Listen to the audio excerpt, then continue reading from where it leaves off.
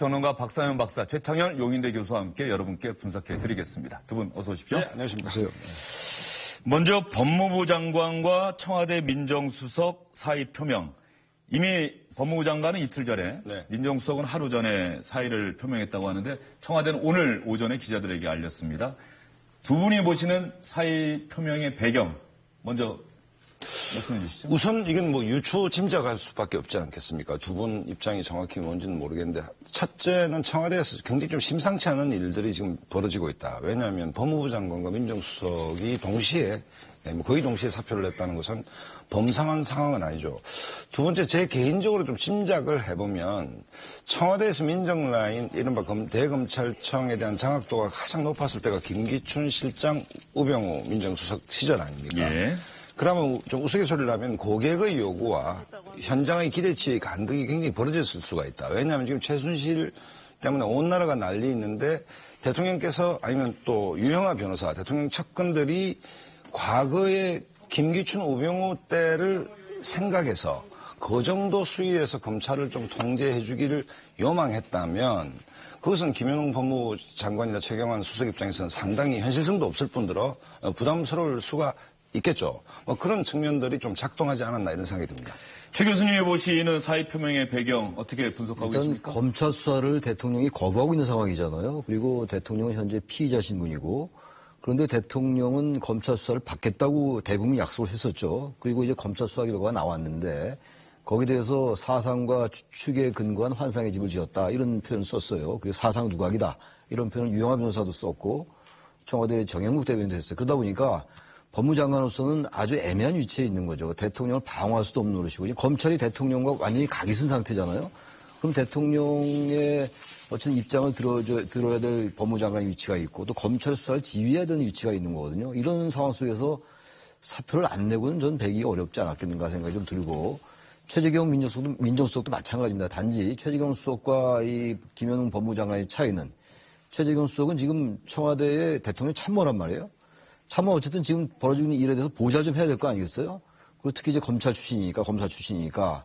그런데 지금 나오는 비판이 왜 청와대가 민정수석실이 대통령 개인의 비리에 관련된 것을 도와주느냐 이런 지적이 있는 겁니다. 민정수석실이 박근혜 대통령 변호인의 변호를 조력했다는 거죠. 작성에 관여했다. 바로 그 부분 얘기하시는 거죠. 그렇습니다. 예. 그렇다면은 민정수석으로서 현실적으로 그걸 완전히 배제하기도 어려울 것이고 그렇다면 이건 보좌할 수도 없고 안 할 수도 없고 이런 입장입니다, 지금. 그렇다면 보좌의 한계를 느꼈을 것 같고 또 개인적으로도 피의자인 대통령을 보좌한다는 것에 대한 나름 수치심 같은 것도 있지 않았겠어요, 개인적으로. 저는 그래서 두 가지들이 다 복합적으로 작용한 결과가 아니겠는가 이렇게 보여집니다. 일단 저희 현장 취재 기자들하고도 제가 통화를 해봤어요. 그 청와대나 법조를 출입하는 기자들의 사의 표명 배경 분석은 뭐 두 분이 말씀하신 거랑 대충 비슷합니다. 헌정사상 최초로 현직 대통령이 피의자가 돼버린 이 상황에 미쳐 민정수석과 법무부 장관이 긴밀하게 대응하지 못했다. 그런 부분에서는 도의적 책임을 져야 한다. 이런 얘기를 두 기자들이 동시에 하던데 다만 최재경 민정수석 같은 경우는 좀 다르게 볼 수 있는 게 임명된 지가 얼마 안 됐단 말이에요. 네. 그리고 이런 상황이라는 걸 뻔히 예상하는 가운데 민정수석직 제의를 수락을 한 건데 이런 상황이 됐다고 해서 덜컥 사표를 표명해버리면 박근혜 대통령이 고립무원의 처지에 빠진 것 아니냐 뭐 이런 얘기들도 있더라고요. 그 대강의 그 사태 진전은 감을 잡았겠죠. 그러나 지금 검찰이 엊그제 20일 날 공소장 구속 기소를 했잖아요. 이제 최순실, 안종범 이런 사람들을. 근데 거기에 대통령을 공모자로 적시하냐 안 하냐는 상당히 엇갈렸거든요. 모르죠. 민정수석 자리 정도 되면은 그것까지 알았는지 모르겠으나 이렇게까지 상황이 오면서 청와대가 아주 극단적으로 검찰 수사를 거부하고 검찰을 비판하고 있는 상황이잖아요. 비난하고 있는 상황이란 말이죠. 이런 상황까지는 저는 예측을 못할 수도 있다고 생각을 합니다. 그렇다면 불과 며칠 전에 이제 임명장을 받았음에도 불구하고 아까 말씀드린 이유로 해서 최재경 수석이 그 자리에 있는 건 대단히 힘들지 않았겠는가라는 생각이 좀 듭니다. 또 하나 유추 짐작해 볼 수 있는 것은 유영하 변호사가 처음에 변호사 선임되고 이제 기자들하고 길거리 간담회를 했지 않습니까? 예. 두 번째 검찰의 공소장 이제 제출 이후에 법원이 공개하고 난 이후에 이제 사상 누각 말씀을 하셨는데 이 부분에 있어서 유영하 변호사의 좀 강한 개성 지난 시간에 문고리 3인방 플러스 1을 한다면 유영하 변호사라고 이제 말씀을 드렸는데 대통령의 최측근이죠. 그러면 이분이 갖고 있는 아주 강한 개성이 최재경 수석이 입장에서 수용하기 힘들었을 가능성도 있다. 왜냐하면 우리가 지금 착각을 하면 안 되는 게 민정수석이 검찰 법무 입맛 보는 게 아니고 민심을 전달하는 창구 아닙니까? 민정수석이라는 자리는. 역할이죠. 그렇죠. 그러니까 우리가 지금 최순실 사태 또 우병우 민정수석의 추억 때문에 민정수석이 마치 검찰을 지휘하는 듯한 착각을 할 수가 있는데 민정수석은 시중의 여론을 가감없이 대통령께 전달해야 될 자리이기도 합니다. 그렇다고 본다면 현재 지금 검찰과 대통령이 첨예하게 부딪힌 장면에서 개인 변호사인 이 변호사 유영하 변호사의 어떤 일종의 행태에 대해서 최경환 수석이 굉장히 좀 이렇게 반발심이 컸을 가능성도 배제할 수 없다고 저는 봅니다. 박사님 말씀은 어쨌든 그 박근혜 대통령과의 개인적, 인간적인 관계의 친밀도 이런 부분을 따진다면은 최재경 민정수석보다는 유영하 변호사가 훨씬 그렇죠. 박근혜 대통령과 가깝고 박근혜 대통령이 의지하지 않겠느냐 뭐 이런 얘기를 하셨는데요. 자, 이제 관심사는 청와대가 박근혜 대통령이 두 사람의 사표를 과연 수리하겠느냐 이 문제입니다. 어떻게 보십니까? 정말 진퇴양난인 것 같습니다. 지금 뭐 상황이 이번 주 토요일 날 이제 역대 최대의 시위가 지금 예고돼 있고 또 지금 여러 가지 지금 어려운 상황에서 또 검찰의 지금 그 대응 수위가 뭐 10초만 녹음기를 틀면 횃불이 아니고 뭐 들불이 될 것이다 뭐 이런 얘기까지 있는 굉장히 어려운 상황에서 최재경 민정수석하고 그 법무부 장관이 사퇴를 했는데 반려를 한다 해서 다시 또 거둬들일 가능성은 별로 없는 것 같아요. 그렇다고 본다면 오늘이 사실은 청와대가 굉장히 좀 사면초가로 몰리는 뭐 그런 결정적인 날이 아닌가 이런 생각도 들고 굉장히 곤혹스러울 것 같다는 생각이 듭니다. 더군다나 두 사람이 사표를 낸 상황이 특검의 수사를 앞둔 상황이란 말이죠.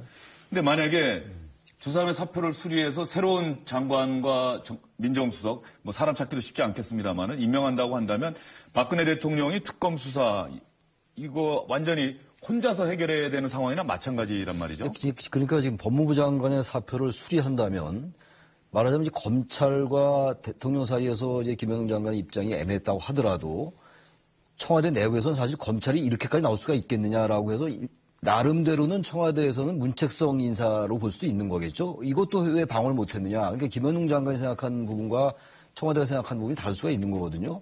근데 지금 일단 사표를 수리하지 않을 수가 없을 것 같아요. 그 두 가지 다 이유로 해서 말이죠. 김현웅 장관의 입장도 있지만 청와대도 일단 사표를 수리함으로써 검찰이 이렇게까지 하면 안 된다는 나름의 어떤 각을 세우는 청와대가 그런 점 때문에 저는 수리할 수밖에 없지 않겠는가 이렇게 보여집니다. 수리할 수밖에 없을 것이다 이렇게 전망하십니까? 예. 그런데 법무부 장관과 민정수석이라는 자리는 저희가 아까도 말씀하셨습니다만 사실 대통령이 권력을 유지해 나가는 중요한 두 축이란 말이에요. 그렇죠. 그런데 이 두 축이 동시에 사표를 냈다.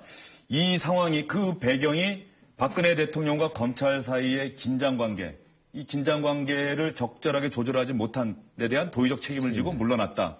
그러면 박근혜 대통령은 지금 퇴진 요구에도 불구하고 어쨌든 대통령으로서의 직무를 다하겠다는 얘기를 계속해서 하고 있는 상황인데 이 국정 운영의 축이 무너져버리는 박근혜 대통령으로서는 그야말로 고립무원의 처지가 되는 상황 아니겠습니까? 이 사표 제출 자체만으로도. 그렇죠. 제가 오늘이 굉장히 결정적인 날이라고 보는 것이 뭐 조금 후에 토론하겠지만 김호성 대표의 뭐 불출마 선언부터 여러 가지 일이 있었습니다. 그중에 가장 결정적인 게 이제 이 두 분의 사표인데 그게 이틀 전 뭐 3일 전인데 오늘 이제 알려진 것인데 그러니까 권력의 축은 이미 무너졌죠. 그 다음에 뭐 특히 그 최경환 최 수석 같은 경우에는 최재경 수석 같은 경우에는 박근혜 대통령과 큰 인연은 없지 않습니까?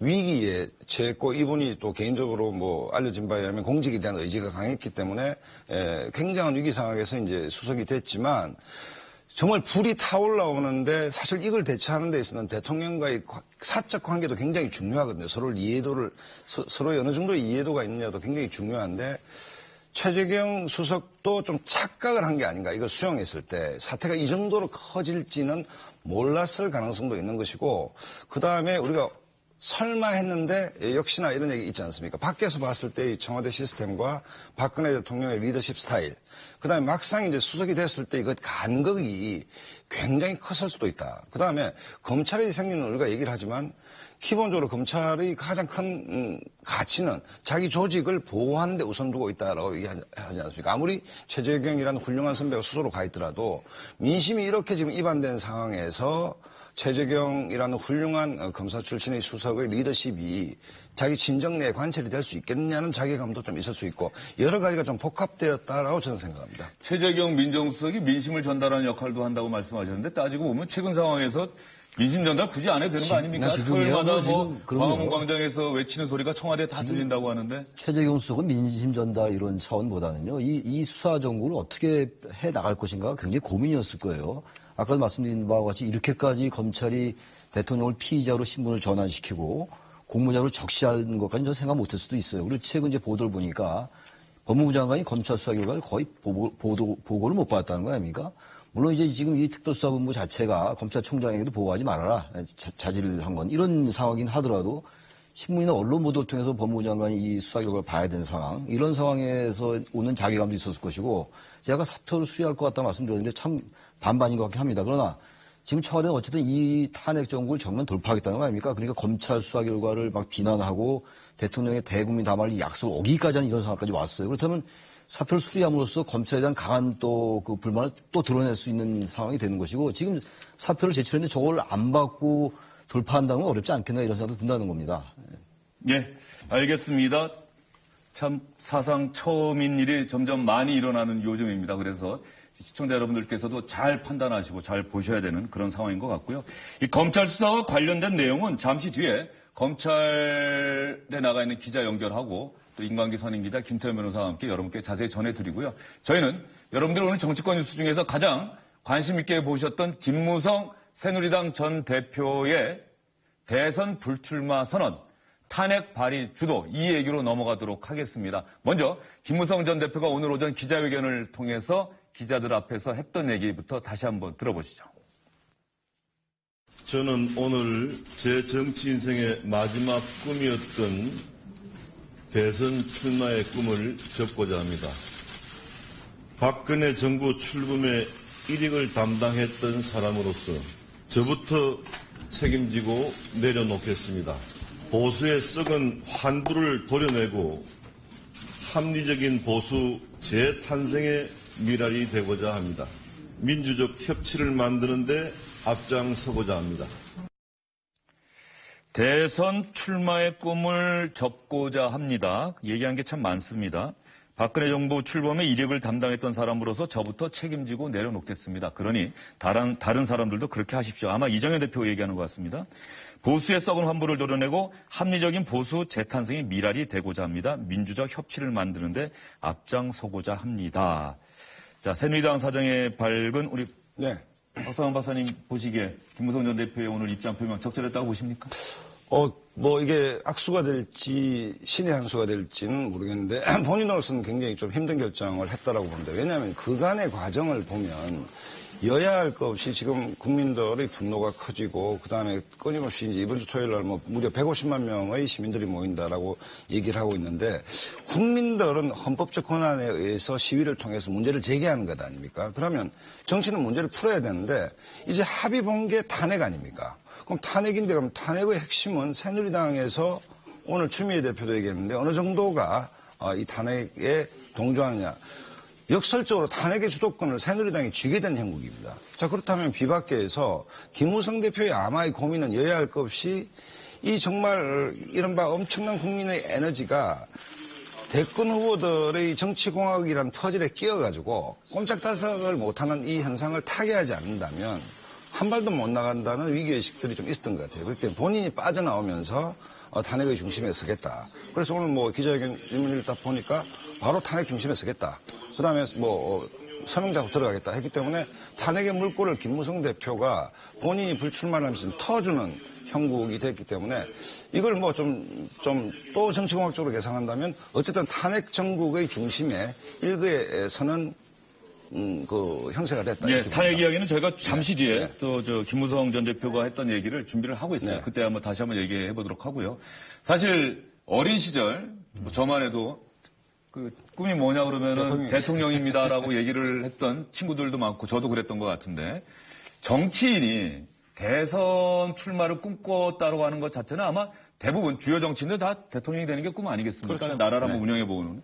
그런 측면에서 본다면 불출마 선언은 김무성 전 대표 나름 입장에서는 대단히 큰 결단 아니겠느냐. 뭐 이렇게 볼 수도 있지 않을까요? 결단이죠. 지금 아무튼 지금 새누리당이 사실상 대통령과 공범관계가 되어 있는 상황 속에서 지금 대선 주자들이 거의 붕괴된 상태잖아요. 새누리당이 지금. 기존도 그랬습니다만 이 정국이 오기 전까지도 그랬습니다만 지금 사실 국민들은 여당, 야당 할 거 없이 뭐 가장 큰 잘못 책임은 대통령에 있는 건 뭐 기정사실이니까 더 이상 논할 필요 없고 뭔가 정치인들이 책임 있는 모습을 안 지고 있잖아요, 지금.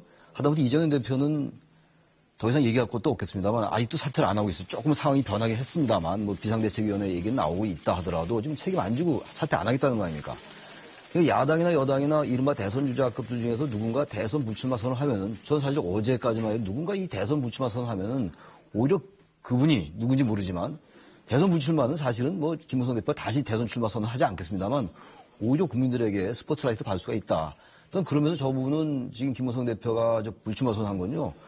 당을 리드할 수도 있고 새롭게 국민들에게 조명할 수 있는 그런 중요한 수를 던진 게 아닌가라는 생각도 듭니다. 김무성 전 대표는 대선 불출마를 선언한 다음에 기자들이 그러면 앞으로 뭐 할 거냐 당연히 이렇게 물어보지 않았겠습니까? 김무성 전 대표가 조금 전에 우리 박상원 박사가 얘기했듯이 탄핵 발의를 주도하겠다 이렇게 얘기를 했습니다. 헌법을 위반한 대통령은 탄핵을 받아야 됩니다.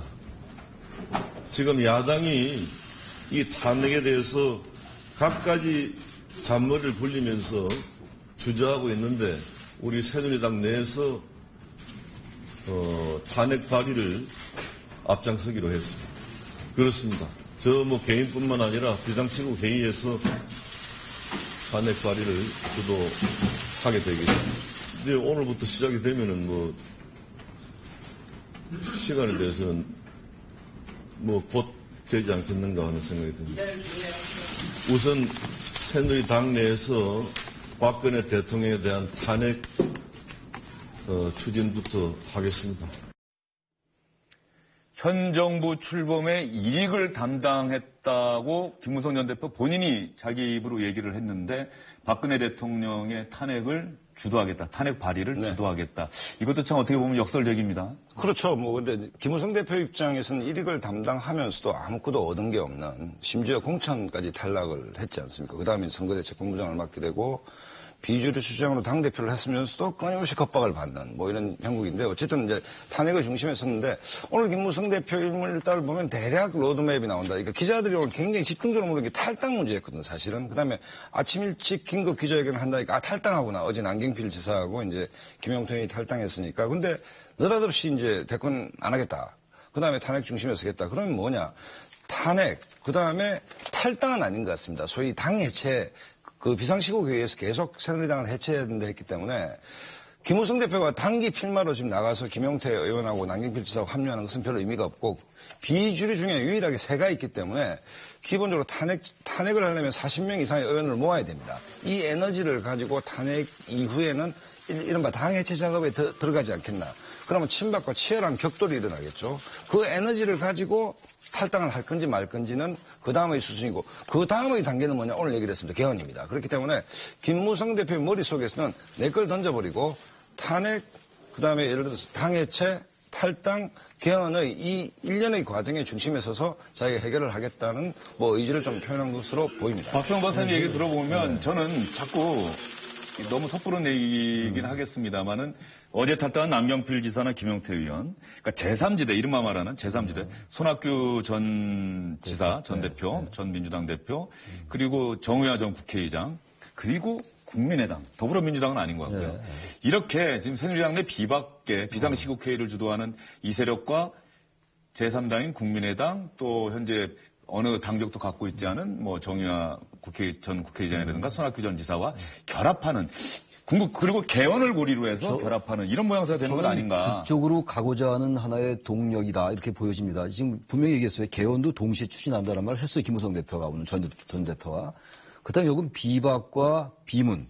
그 지금 쭉 설명하신 바와 같이 손학규 전 대표라든지 정의화 전 국회의장, 김정인 전 대표도 마찬가지죠. 이재호 또 늘풍한국당 뭐 총당하고 있는. 그분들은 어쨌든 새로운 공간에서 새로운 정치 세력을 만들겠다라는 것이고 그것의 고리가 바로 개헌이거든요. 지금 현재는 비박과 이 국민의당이나 이 민주당은 어쨌든 탄핵을 고리로 이제 연대할 수 있다 하더라도 그건 이제 일시적으로 끝나는 거란 말이죠.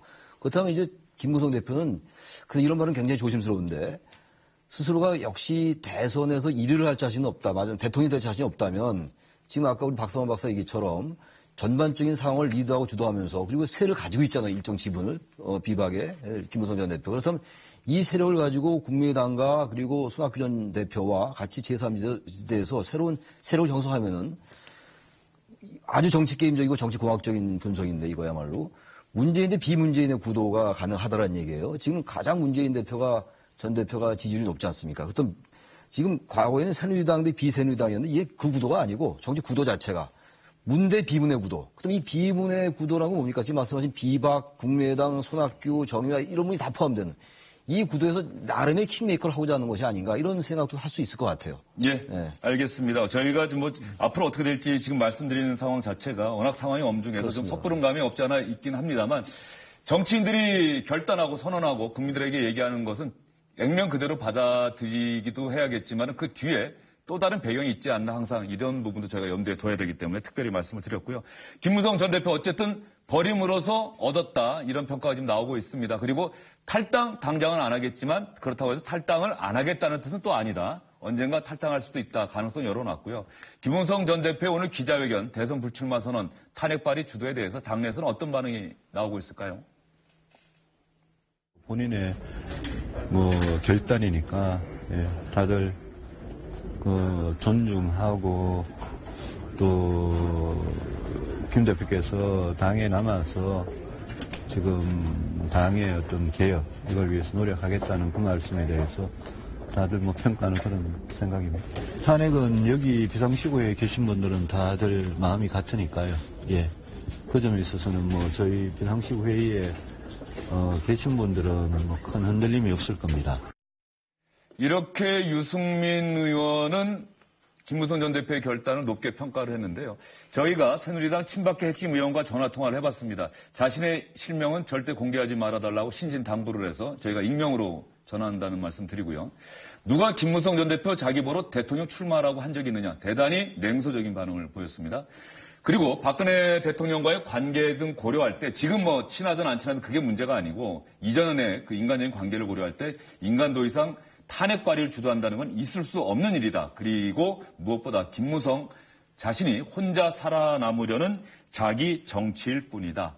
이렇게 평가가 친박계와 비박계 그야말로 극명하게 엇갈리고 있습니다. 저렇게 나올 수밖에 없겠죠? 그렇죠. 친박 핵심들은 일관된 입장이기 때문에. 근데 이제 김무성 대표 입장에서는 계속 이제 굳이 변명을 하자면 대통령과의 관계를 익명의 친박계 의원이 얘기를 했는데 김무성 대표 본인 입장에서는 도와만 줬지 뭘 한 게 없는데 이렇게 이제 억울해할 수도 있는 것 같은데 사실은 이제 친박 핵심 저분의 저 워딩 유승민 물론 정치인들은 다 계산을 하지만 저런 모습들이 일관되게 대통령을 계속 고립시키고 그러니까 충성인 척하지만 대통령의 정치 영역을 좁게 만드는 또 본인들이 친박이라는 정치 세력이 국민들로부터 멀어지는 어떤 저런 워딩들이 계속 쌓여가는 것이 저는 도대체 저분들이 무엇을 위해서 표현 여러 가지가 있을 수 있고 정치란 결국 말을 수단으로 하는 예술이라고 그러는데 저렇게 단선적이면서도 동료 선배 의원들을 저렇게 한 번에 누가 자기 보러 나가라 했냐는 냉소적인 것보다 거의 야유에 가까운데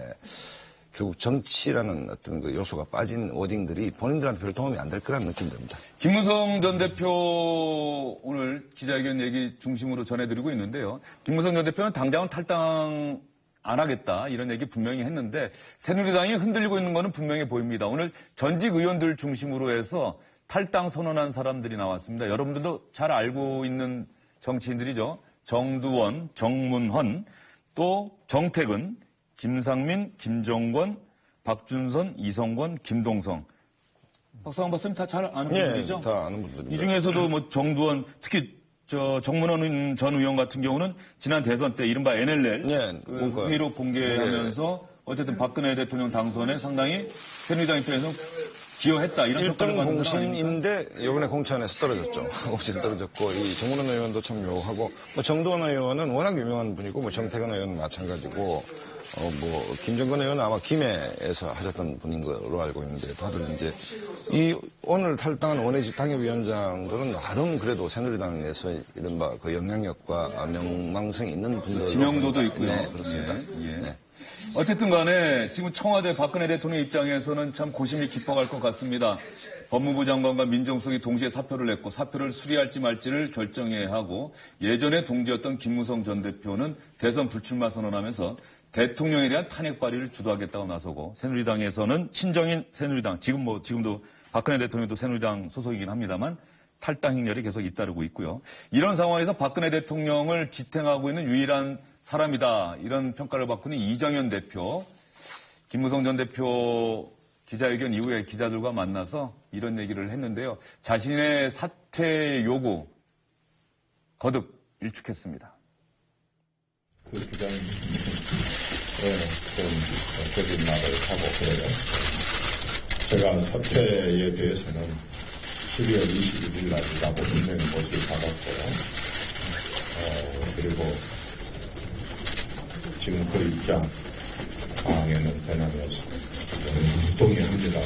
정치는 책임을 지는 것입니다. 책임을 져야 할 때 남 탓을 하고 남에게 돌리고 이렇게 하는 것은 적절하지 않다고 봅니다. 그래서 저도 2년 임기 중에 1년 8개월을 저는 책임을 지고 사퇴를 하고 12월 20일 날 사퇴하기로 분명하게 사퇴를 요구했고 사퇴를 발표했고.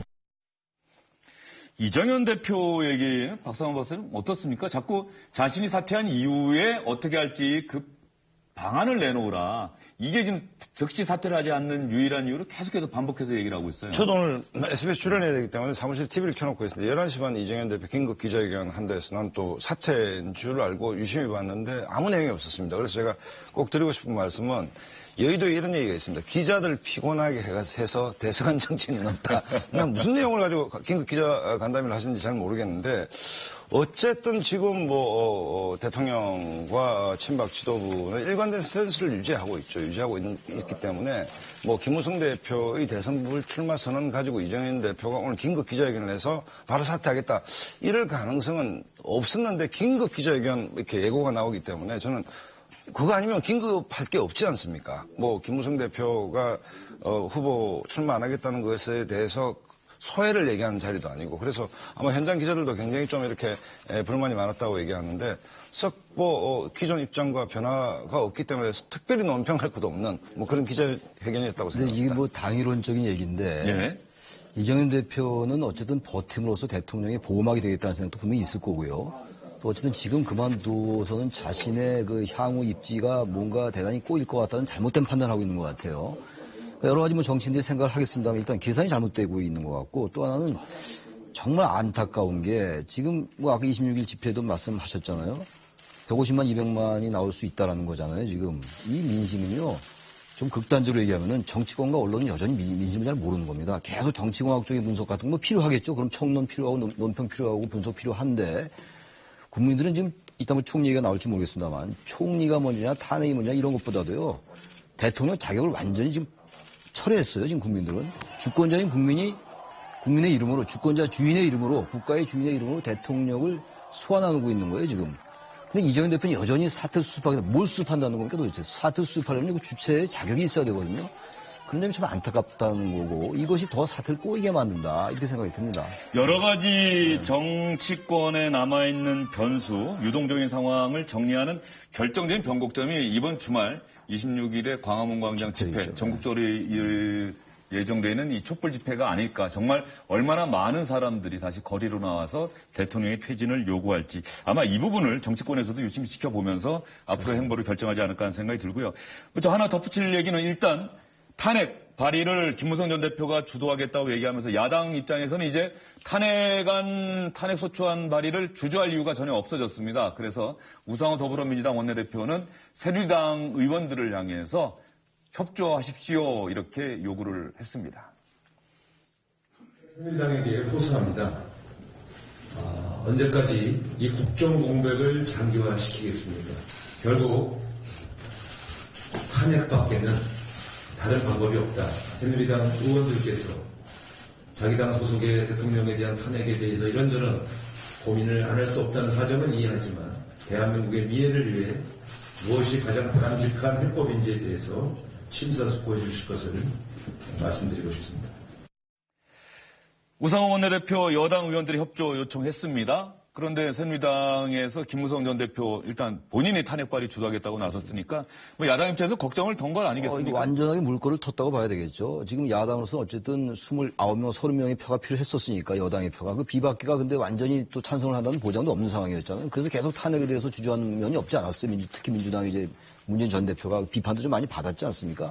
일단 탄핵을 주도하겠다고 얘기를 한 거잖아요. 선언을 했어요. 그리고 대선 불출마 선언이라는 그 초강수까지 두면서 그런 상황이기 때문에 비박이라는 세력을 견인하고 있는 김무성 전 대표의 탄핵 발의. 그러니까 야당과 완전하게 거기에 대해서 연대가 가능해진 거죠. 저는 그래서 탄핵이 생각보다 빨리 이루어질 수가 있다. 지금 이 얘기는 뭐 4달 늦어도 9일에는 탄핵을 발의해서 표결하겠다라는 거거든요. 왜냐하면 그래야지 시간이 좀 맞아요. 탄핵 헌법재판소 기간도 있고 그래서 저는 이 탄핵이 상당히 걱정했던 바가 있었잖아요. 이 과연 탄핵이 될 것이냐. 만약에 탄핵이 부결되면 완전하게 대통령에게 면죄부를 주는 것이기 때문에 모든 게 있어야 되는 것이거든요. 대단히 위험 부담이 있었던 건데 지금 김무성 전 대표가 저런 나름의 어떤 정치적 결단을 함으로써 그 탄핵에 대한 우려는 상당히 희석됐다고 보여집니다. 네. 어쨌든 야당도 이제 탄핵 추진할 그 팀들을 다 구성을 해서 본격적인 탄핵 소추안을 마련하는 작업에 들어갔습니다. 참고로 지난 2004년에 노무현 전 대통령에 대한 탄핵 소추안 2004년 3월 9일에 국회에 제출됐고요. 사흘 뒤인 3월 12일에 의결이 돼서 바로 헌법재판소로 넘어갔었습니다. 자, 오늘 정치권 소식 두 분 말씀 정말 깊이 있는 말씀 감사드립니다.